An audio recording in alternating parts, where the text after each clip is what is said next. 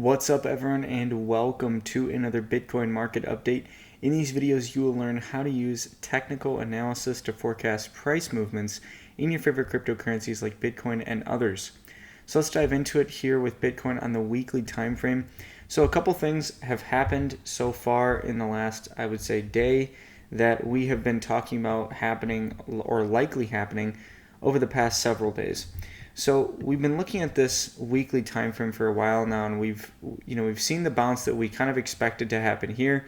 We had this bounce when we came down, we formed a lower low below this low and this low, but then we closed back above. We came up, we formed a lower high, and this lower high has been confirmed as we broke the low of this weekly candle just yesterday. Which we also said was likely, given the magnitude of this move down, it was likely that we would form a lower high on this rise in price. So that's what we got right here.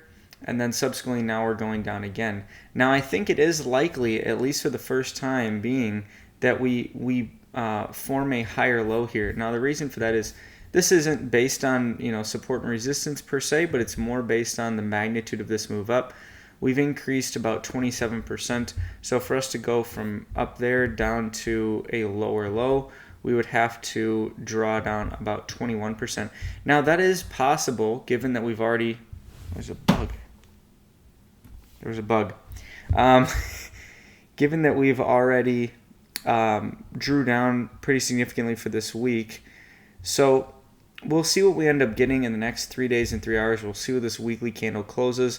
But right now, it's not looking good for the bulls. And this is now the third test of this light blue support zone. And every time we test this zone, it's getting weaker. So that's something I'm keeping an eye on. The other reason why I think we'll set a higher low and potentially even change the trend back to the bulls' favor is because of this 1 month time frame. So right now the 1 month looks pretty good with declining bear volume here, and this candle for June having a longer lower wick of people buying the dip and a smaller body for the candle. Now this could all just be overridden by the 3 month time frame, which I talked about when this candle closed, and I talked about the easiest trade ever being the short from the moment this 3 month candle opens to the time when we break the low of this candle at 28,796. And the reason for that is because this is a very bearish candle, so it's very likely we will break that over the next 3 months. It's just a matter of when. So if we look at this from a 3-day perspective, this is another thing we've been talking about on this channel, which we said is likely going to be the case, and that is that this is going to be our lower high, and we're going to have to come down and try and form a higher low somewhere above this low down here at 28,796. The reason for that is because the magnitude of this move was pretty significant, so for us to just go right above this high and just break to a new higher high is very unlikely. So at that point, we're just looking for where our lower high is going to be set, and that was right about here.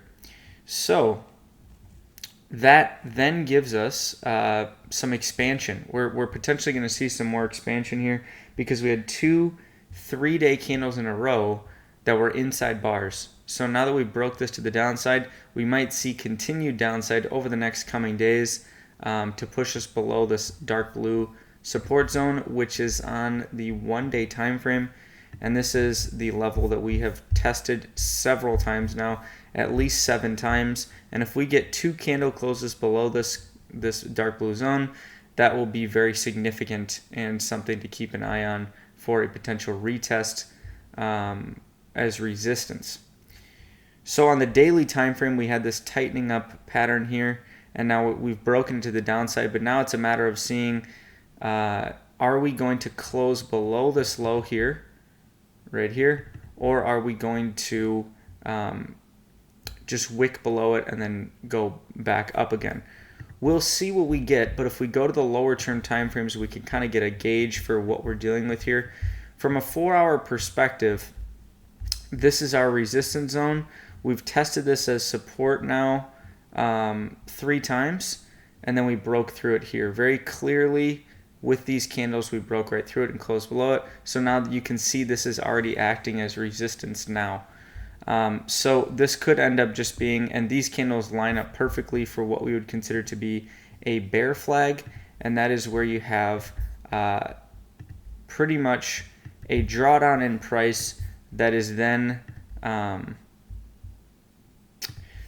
followed by a short kind of retreat here by the bulls, where they're kind of buying the dip here, but it's pretty much contained. All of the price action is pretty much contained within these two parallel lines that are sloping upwards, and then we break down for further downside, and it looks like that's what we're about to get here. So we'll see what we end up getting, but that is something that I'm keeping an eye on, and it is the most likely scenario in this scenario because of things like the super guppy. The EMAs are obviously flipping back to being bearish here after kind of chopping around for a while here, and we did not hold the S1 pivot as support like we did here. We pushed right through it, and now we're retesting it, so now it'll probably act as resistance. So that's something I'm keeping an eye on. And then the Ichimoku cloud is pretty much, it's bearish, but it's neutral as well, because cloud is green, but then, these are just kind of doing their thing up here. But price is below the cloud, which is bearish. So that's what I'm currently watching on Bitcoin. One last thing I wanted to say was we just released our Leutheria Signals Discord channel, where we aggregate all of our trading ideas around Bitcoin as well as Ethereum in one platform for you guys, so you can learn a bit more about trading into these markets and how we think about doing that at Leutheria. You can get live 24/7 trading ideas and exclusive educational content around Bitcoin and Ethereum on that channel.